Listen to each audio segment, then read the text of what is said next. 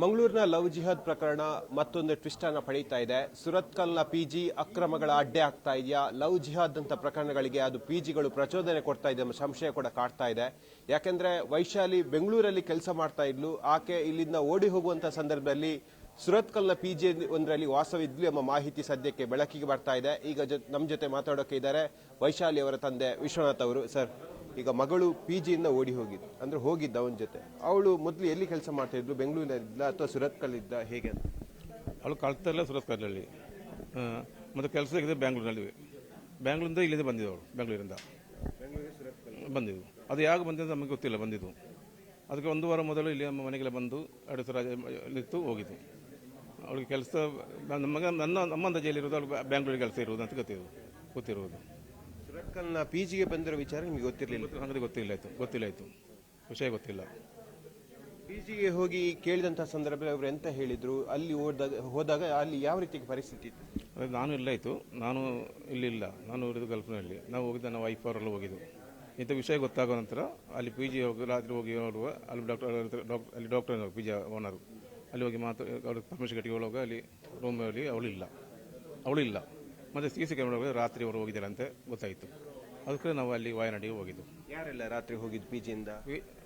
ಅವಳು ಒಬ್ಬಳೇ ಹಾಕಿ ಹೋಗಿ ನೋಡಿದ್ರೆ ಪಿಜಿ ಕ್ಯಾಮ್ರಾದಲ್ಲಿ ಉಂಟು.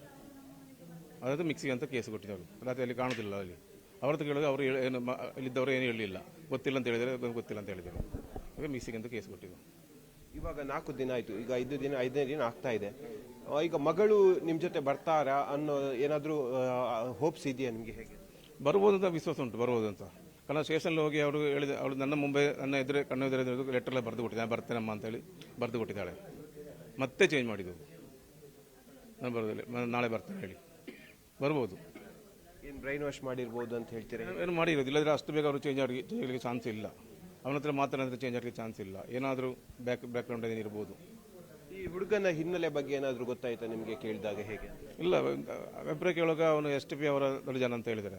STP ಅವರ ಸಂಘಟನೆ ಅವರ ಗ್ರೂಪಲ್ಲಿ ಉಂಟು ಅಂತ ಅಲ್ಲಿ ಫ್ರೆಂಡ್ಸ್ ಎಲ್ಲ ಹೇಳ್ತಾರೆ. ಅದರ ಉಂಟು.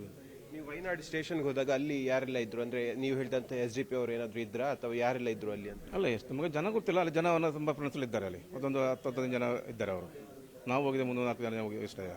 ಅಲ್ಲಿ ಪೊಲೀಸ ಕೇಳಿದ್ದಾರೆ, ನೀವು ಯಾವಾಗ ಬಂದಿದ್ದು, ಯಾರೆಲ್ಲ ಬಂದಿದ್ದು, ಅದು ಹೊರಗೆ ಹೋಗೋದು ಯಾರು, ಅದು ಪೊಲೀಸ ಕೇಳಿದ್ದಾರೆ. ಪೊಲೀಸರ ಅವ್ರದ್ದು ಏನು ವಿಚಾರ ಕೇಳಲಿಲ್ಲ, ಮತ್ತೆ ಕೇಳಿದ್ದಾರೆ. ಈಗ ಮುಂದೆ ಏನು ಮಾಡಬೇಕಂತಿದ್ದೀರಿ ಸರ್? ಯಾಕೆಂದರೆ ಈಗ ನೀವು ಮಿಸ್ಸಿಂಗ್ ಅಂತ ಕಂಪ್ಲೇಂಟ್ ಕೊಟ್ಟಿದ್ದು, ಮಗಳು ಸಿಕ್ಕಿದ್ದಾಳೆ ಅಂದರೆ ನೀವು ಕಣ್ಣಲ್ಲಿ ನೋಡಿದ್ದೀರಿ. ಮುಂದೆ ಯಾವ ರೀತಿಯಾಗಿ ಪ್ರೊಸೀಜರ್ ಆಗುತ್ತೆ?